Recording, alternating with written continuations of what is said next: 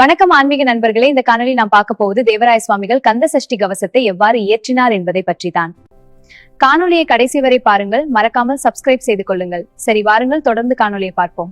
ஒரு காலத்தில் தமிழ்நாட்டின் ஒரு அமைதியான கிராமத்தில் ஒரு பக்தர் வாழ்ந்து வந்தார். அவரின் பெயர் தேவராய சுவாமிகள். அவர் சாதாரண மனிதர் இல்லை. அவருடைய மனம் முழுவதும் ஒரே ஒரு தெய்வத்தின் நினைவில் இருந்தது, அது முருகன். அவருக்கு முருகன் என்றால் அளவில்லாத அன்பு. தினமும் காலை எழுந்தவுடன் முருகனை தியானிப்பார். முருகனின் பெயரை ஜபிப்பார். முருகன் கோயிலுக்கு சென்று அமைதியாக அமர்ந்து தியானிப்பார். ஆனால் வாழ்க்கை எல்லாருக்கும் சோதனைகள் தருவது போல தேவராய சுவாமிகளின் வாழ்க்கையிலும் ஒரு காலத்தில் கடினமான சோதனைகள் வந்தது. உடல் நலம் சரியில்லை, மனதில் கவலைகள், வாழ்க்கையில் பல துன்பங்கள். சில நாட்களில் அவர் மிகவும் சோர்ந்து போனார். ஏன் இந்த துன்பங்கள் என்று மனதில் கேள்விகள் எழுந்தன. ஆனால் அவர் ஒரு விஷயத்தை மட்டும் விடவில்லை, அது முருகனின் மீது இருந்த நம்பிக்கை. ஒரு நாள் இரவு, உலகமே அமைதியாக இருந்த நேரம். நிலவு மெதுவாக ஒளி வீசிக்கொண்டிருந்தது. அந்த நேரத்தில் தேவராய சுவாமிகள் தனியாக அமர்ந்து முருகனை தியானித்துக் கொண்டிருந்தார். அவரது கண்களில் கண்ணீர். அவர் மனதார பிரார்த்தித்தார், முருகா, நீயே என் தெய்வம், நீயே என் பாதுகாப்பு, என்னையும் இந்த உலகிலுள்ள எல்லா பக்தர்களையும் காக்க வேண்டும்.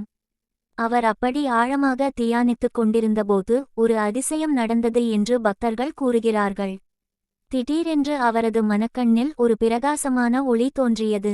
அந்த ஒளிக்குள் இருந்து ஒரு தெய்வீக உருவம் வெளிப்பட்டது.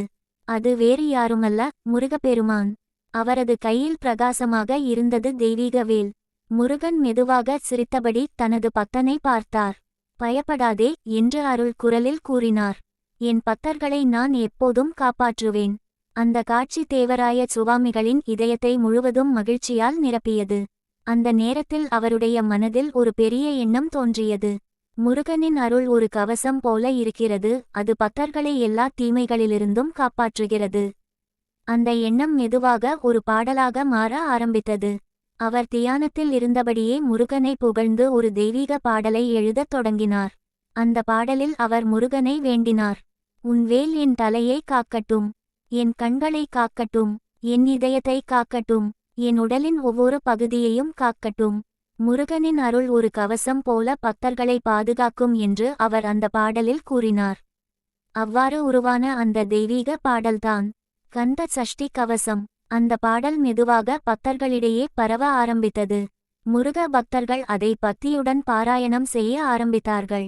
குறிப்பாக கந்த சஷ்டி நாட்களில் இந்த கவசம் மிகவும் பக்தியுடன் பாடப்படுகிறது. காலம் மாறியது, தலைமுறைகள் மாறின. ஆனால் ஒரு விஷயம் மட்டும் மாறவில்லை. முருக பக்தர்களின் இதயத்தில் ஒலிக்கும் அந்த கவசம்.